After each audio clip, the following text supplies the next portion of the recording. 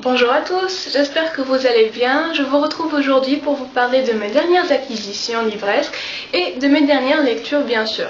Donc dernièrement j'ai acquis 5 livres, dont 2 que je ne désirais pas spécialement mais que mon papa m'a donné. Donc je vais vous les montrer et surtout vous demander vos avis dessus parce que je ne sais pas si je vais les lire. Si vous ne me dites pas qu'ils sont vraiment super, je sens qu'ils vont traîner dans ma palle pendant très longtemps.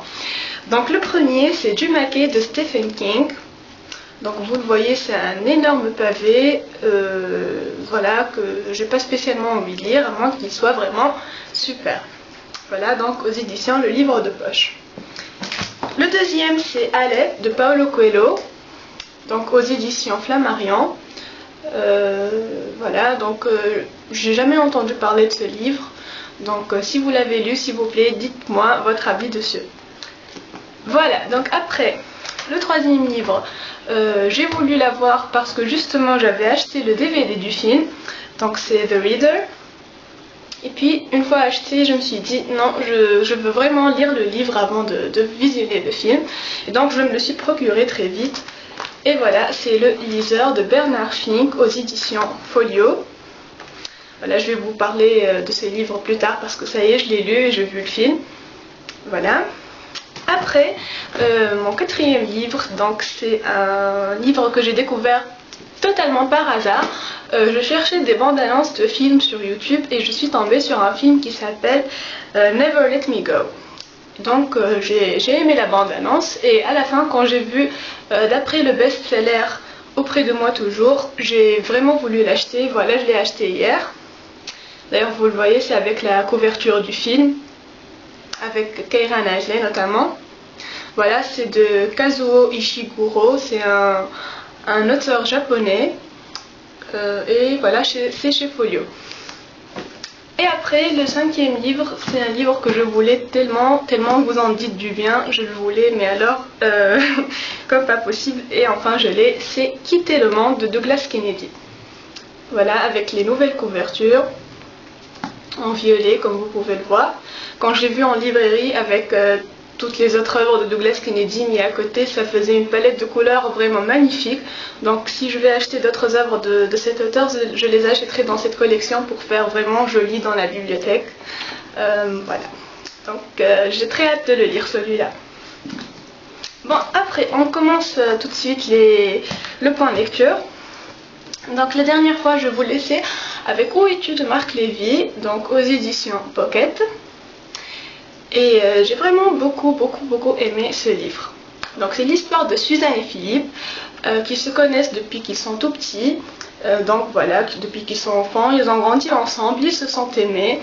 Et puis une fois l'université finie, Suzanne décide de quitter donc l'endroit où elle habite pour aller aux Honduras, qui est en Amérique centrale, pour s'investir dans une cause humanitaire.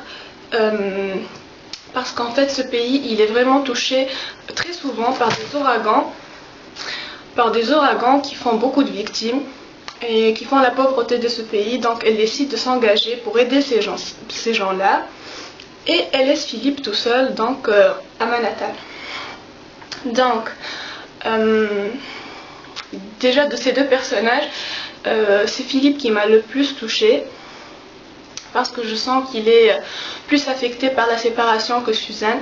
C'est lui qui passera sa vie à l'attendre, vraiment à attendre qu'elle revienne. Il se contentera de quelques instants qu'elle lui donne chaque fois qu'elle revient. Donc elle revient chaque fois pour 1 ou 2 heures à l'aéroport, il la voit et puis elle repart. Voilà.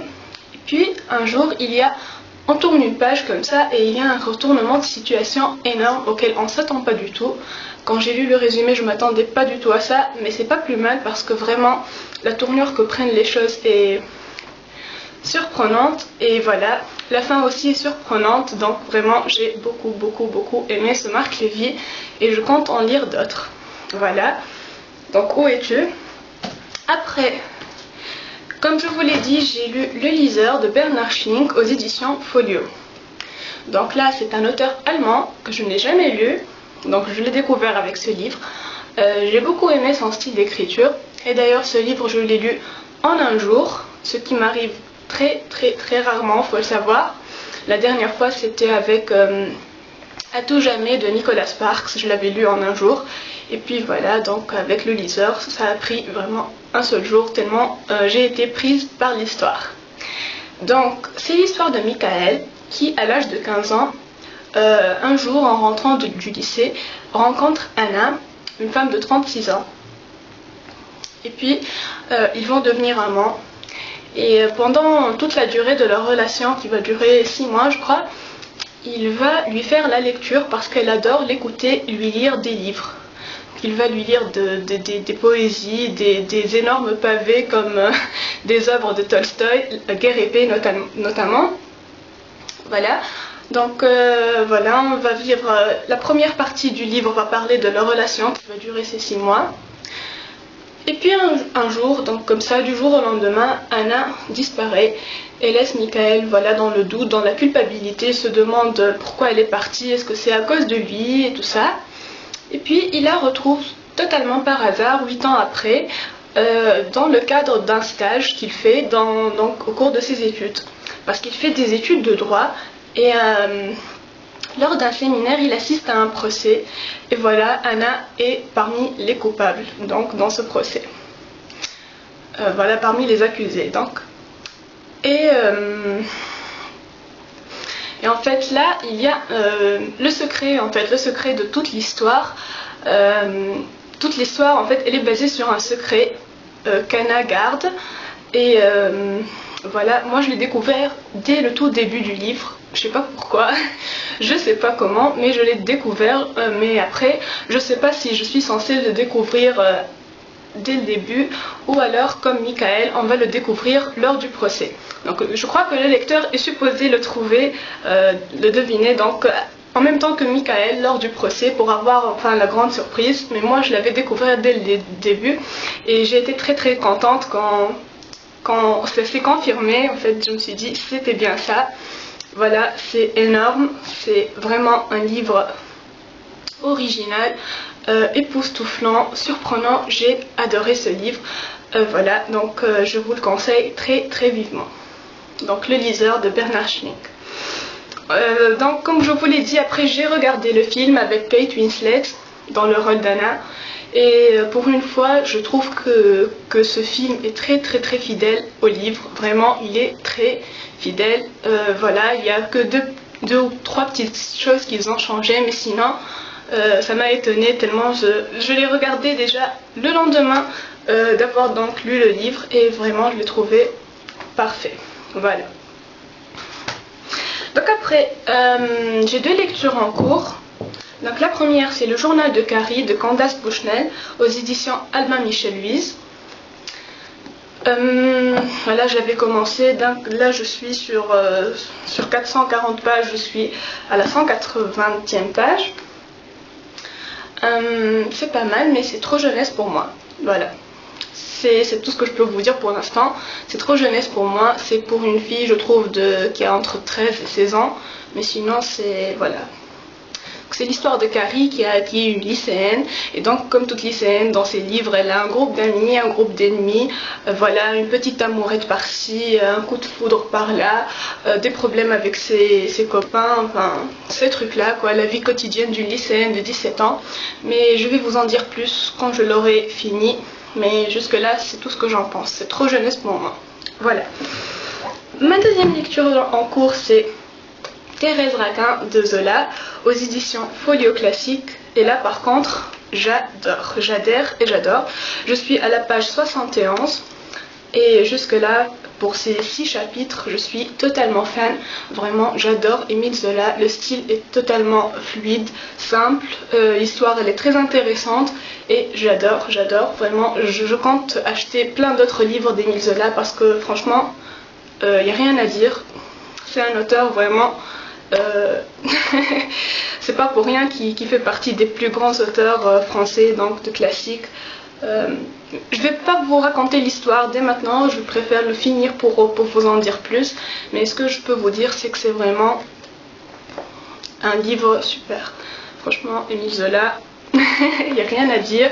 Je vais acheter bientôt Au bonheur des dames et Nana. Et j'ai dans ma palle L'Assommoir et Germinal. Et franchement, même si ce sont de gros pavés, Quand je lis Thérèse Raquin, ça me donne vraiment envie de les lire, même si c'est des énormes pavés. Voilà, donc c'est ma deuxième lecture en cours. Pour ma prochaine lecture, j'ai rien prévu pour le moment, parce que je n'ai vraiment aucune idée de ce que je veux lire. Ce sera peut-être une relecture de la saga Harry Potter, donc je vais commencer par le premier tome, ou alors ce sera un Musso, parce que ça me manque de lire un Musso, ou alors je sais pas, ce sera la grande surprise comme pour vous comme pour moi. Voilà, mais sinon avant de vous quitter, je voulais aussi vous parler de deux autres adaptations cinématographiques de livres. Donc là j'ai vu les films et pas encore lu les livres, justement pour me donner envie de lire les livres qui me tentaient pas vraiment, plus que ça parce qu'ils sont un peu énormes et tout. Donc déjà j'ai vu Bellamy, j'ai adoré. Voilà, le livre est dans ma palle depuis 10 ans. Je l'ai pas encore lu, je sais pas pourquoi, mais quand j'ai vu ce film, vraiment, j'ai qu'une hâte, c'est de lire le livre. Franchement, j'ai adoré. Voilà, Bellamy. Et puis, Anna Karénine. Donc voilà, certains d'entre vous ont parlé récemment du livre, et puisque j'ai vu que c'était un énorme pavé, j'avais pas du tout envie de m'y lancer. Mais j'ai vu le film et j'ai beaucoup aimé, donc je me lancerai peut-être bien un jour. Voilà, donc je vous laisse pour cette vidéo et j'espère vous retrouver très bientôt. En attendant, faites de bonnes lectures et je vous dis au revoir, bisous.